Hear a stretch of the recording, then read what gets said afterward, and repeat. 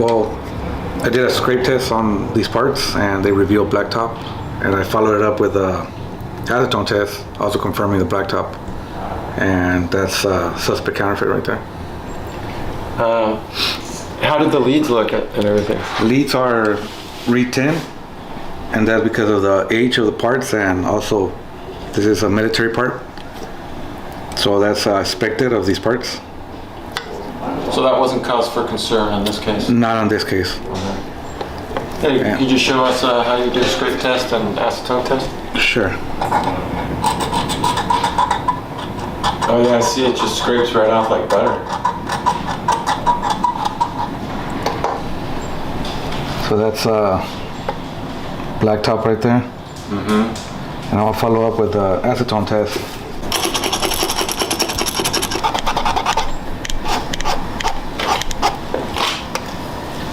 So not a lot of black came off, so it's good that you were able to see that with the scrape test. It's probably pretty strong black topping. Yes. These parts are usually laser marked, as you can see in the bottom. They're new parts. So what happened here is they sand it down all the way to the bottom, and as you can see right there, I'm gonna focus on it. You can see the directional sanding mark. It's really hard to see on the screen, but I do see something, yeah. And after that, once they remove the original marking underneath, they go ahead and remark them, blacktop on, and remark them with ink. So this is a verified counterfeit. These were kind of hard to detect. They're very tiny parts. And tell us how you found out that these are not correct, Otilio. Well, these, I started inspecting the parts. I opened the data sheet and I took measurements of the part itself, and I found out that the dimensions didn't match. So upon that, I took the dimensions of the length, width, and thickness, and these measure 95 millimeters. And follow up with the thickness. So that's 75 millimeters. And we go to the data sheet. Thickness is supposed to be 0.5 to 0.6 millimeters. Width 1.7, and we got 1.9. This lead right here is thicker than the bottom parts, the bottom leads, and per the data sheet, leads are the same size and width. So this tells me these parts are suspect. Also, another thing that I found is that vendor sent us a SOT 23 package instead of a SOT 663 package. And with that being said, I find these parts suspect. All right, well, another successful catch. Thank you so much. Keeping our customers safe. All right, well, we got some more counterfeits today, unfortunately. Not a surprise, still people out there doing this, unfortunately. This is Aldo, one of our techs, and he discovered some blacktop parts just recently, and so we wanted to show you how we found them and tell a little bit about the story here. Aldo, how did you detect these? All right, well, the first thing I noticed is when I opened up the parts, right away I noticed a bit of a black topping on the side of the package, kind of just black topping overlapping on the sides. So back there, kind of the overlapping going over the edge there, falling down like towards the leads. This is what it looked like after doing a scrape and acetone test. You can see the original surface underneath there. It was hard for me to take the surface on the indent off a bit with the Q-tip, even with a scrape test. But you can clearly see the pin 1 indicator there in the corner. Also, we did come to find out that parts have slot marks underneath on the back of the leads. In front, almost, but the back is more. I see a little in the middle. You can kind of see something there. Yeah, those dots. Yeah, exactly. Showing that they've been maybe been inserted before. Yeah, definitely. So Good catch. So we found black topping on these parts, also directional sand marks underneath the black topping, which is a sign that they could potentially be counterfeit. Also, we found corrosion on leads, which isn't a concern for counterfeits, but it is something that's worth writing up. Yeah, and we're looking for that all the time. Correct. As well. It's one of our just checking out the leads to make sure that they're either not corroded, but maybe even that they've been electroplated with new metal, which would then that would be a sign of counterfeit, I suppose. Correct. Right. So good. Well, let's show us how you figure that stuff out. Okay. What did you do here? So once we get our sample size of the part, we'll go ahead and do the normal inspection, checking out the packaging, checking out the condition of the leads. In this case, that was one of the first signs that's one of the first things when I found the corrosion on the leads. After that, we'll go ahead and do the scrape test.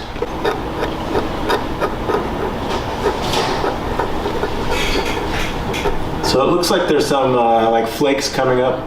So that's what kind of tells you it's blacktop there, huh? Correct. If it's flaky, and if me personally, the way I could see the difference is if it's black. Of course, black topping, it's in the name, but usually what I'm looking for is an ashy kind of fine grain consistency. That's on a normal part? That's on a normal part. For this one, that's kind of giving me a sign that these could be suspect. Because it's kind of just pushing around paint. Looks like paint or something, and I see that. So. Oh yeah, you see a little shine underneath there too. Yeah. Correct.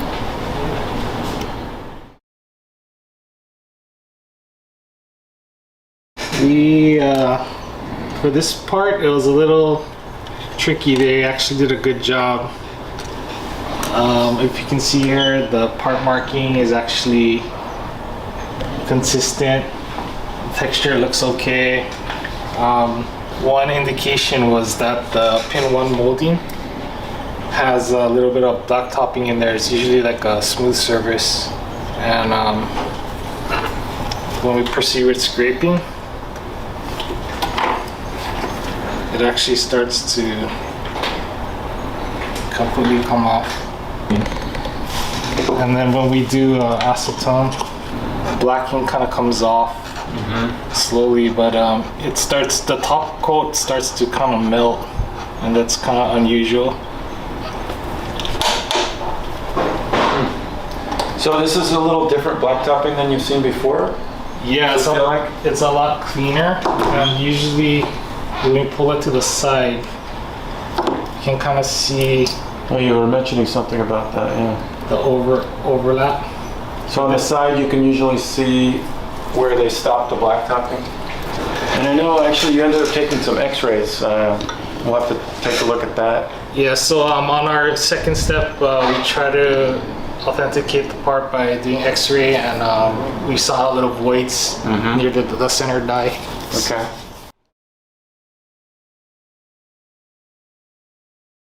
We caught another counterfeit here today, and just want to show you guys what we're doing over here and the kind of stuff that we're seeing.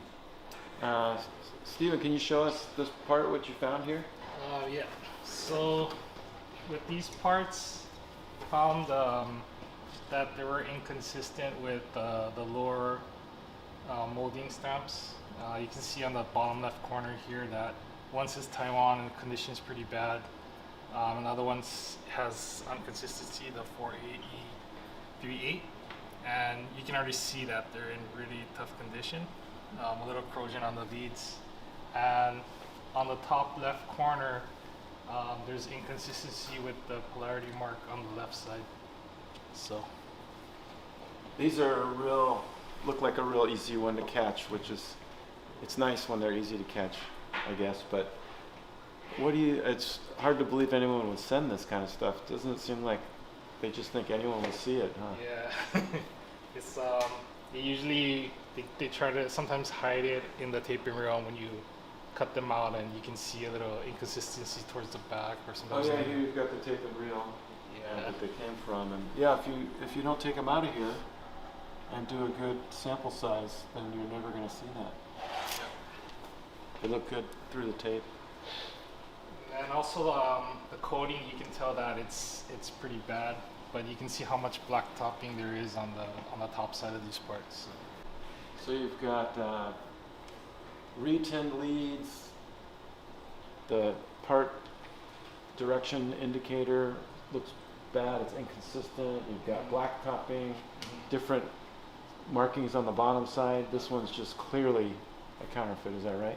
Yeah, there's also corrosion on the leads. The bottom stamping is just clear indicator, and then the bottom was just, there's over material from the black topping. So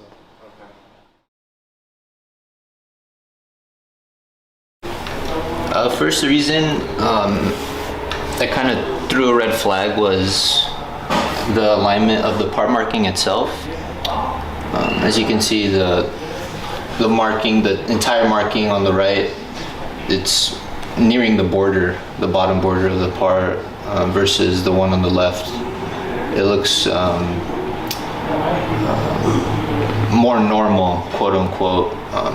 As you can see from the pin 1 indicator,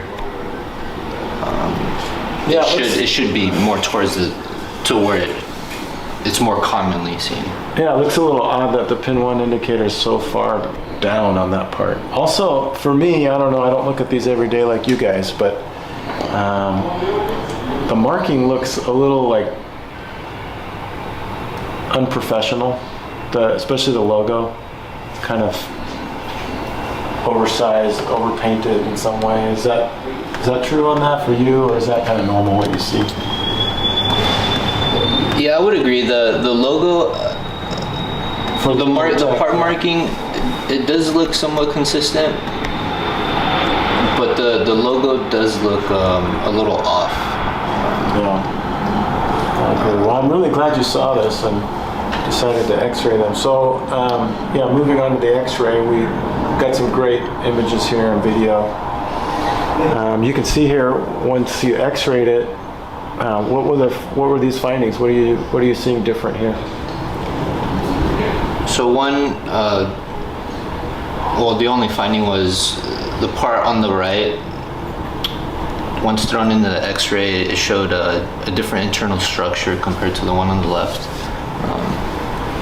The one on the right had 2 dies, and the wire bondings were completely different compared to the one on the left. The one on the left only showed 1 die, and I believe the wire bonds were consistent with what's on the datasheet spec. Mm-hmm. What caught my eye was the leads. I was wondering why they were shiny from the inside and dull from the outside. Mm-hmm. So, looking under the microscope, you see some sanding mark on the leads, but hard to see on the naked eye. So there shouldn't be any sanding marks on leads? No, that's a given. Yeah. They did something to the part.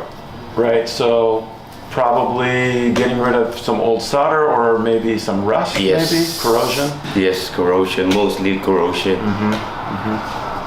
On old parts that happens. Yes, So- there are old parts. Okay, good. Well, so then that clued you off. Then what else did you find? And texture, blacked out, very. You could see it on the side of the part. They're very thick, black topping. They didn't hide it well. No. Well, they can't blacktop on the side of the parts because otherwise it'll start to go onto the leads, Exactly, right? yes. So they have to stop at the top, and there's always going to be some place where they stop, I guess. Yes. Yeah. So you saw it. Yes. And so what happened when you used the acetone? Acetone removed it, and the cotton swab turned black. So this was an That's that doesn't always indicator. happen, does it? No. So this was That's a bad blacktopping. Yes. Okay, good. Well, good. That makes it easier to Yes. discover. So I also noticed that you found some sanding marks on the bottom. Yes. Why would they do that, you think? The underside, there must be, probably there's a marking, because it looks like it's used to be an ink mark. Because you see remnants of the ink marking on the band. Okay. Oh, of the top. That's on the top. On the top, yeah. So, Top surface. so you notice this band that's, I guess, telling you what direction to mount the part, probably. Yes, the indicator for pin one. What did you notice on that? Since it's right now they're laser edge marked, but before I think there were ink marked because you could see some remnants of the ink mark From the old one, huh? from the old one On the side, yeah. on the side where the band is. Yeah. Okay. So I began with a scrape test, and parts revealed black topping. Also, we scraped the underside, revealing black top with an additional marking. And we also found that the pin 1 indicator indent is also covered in black top. I'll send you that. And we also found E-plated leads along with directional sanding marks on the leads. Yeah, that's even more unusual to see is sanding marks on the leads. Sanding marks, correct. So they're probably, maybe they were sanding off some excess solder from before. Either excess solder or possibly some excess corrosion. Something. Also, we took it a little further and we x-rayed the parts, and we found that there's three different dyes on the parts. So that's That's crazy. that's crazy. They went a lot of effort to try to pass these parts. Yeah. But other than that, these are definitely counterfeits. Yeah. I think it's funny how if you don't use a microscope, that they could almost pass. You can't see all those things. A lot of those things you just don't see unless you're really putting it under the scope. The scope, yeah. Especially like the way these guys ship on the taper and reel, you can't really tell. Right, You right. can't tell if they're counterfeit or not until you actually get them out. It's Look up under the disguised. scope. This guy is kind of. That's another step they kind of do. That like, oh, they might be lazy, not take them out, and we pass them. Yeah. And we also found two CEOs underneath. One was Malaysia and Korea with the same lock code. That's it's another sign of a suspect counterfeit. Oh, these parts came in. Something that kind of came up right away was the condition of the parts itself, like the leads, and so that kind of made me look into them even more. They failed scrape. They did pass acetone though. So, what did you mean by the leads? What did you notice on the leads that Just the caused you concern? just the condition. Some of them were corroded pretty badly. Okay. I believe these are MSO3s also. So yeah, that's kind of something that was very apparent when looking at the parts. I think you mentioned to me earlier that you saw that they looked like they were electroplated too, and you couldn't see the copper on the ends. Is that on these parts that you Right. mentioned? Yes. So on a few, well, not a few. Sorry, the ones that I did look at, my sample size, they look like they were electroplated leads. So usually, what you would find is some copper where the leads are cut. You would see them on the side, and then also towards the body of the package. Okay. You would see some exposed copper, and these they didn't. It looked very the plating looked very uniform across.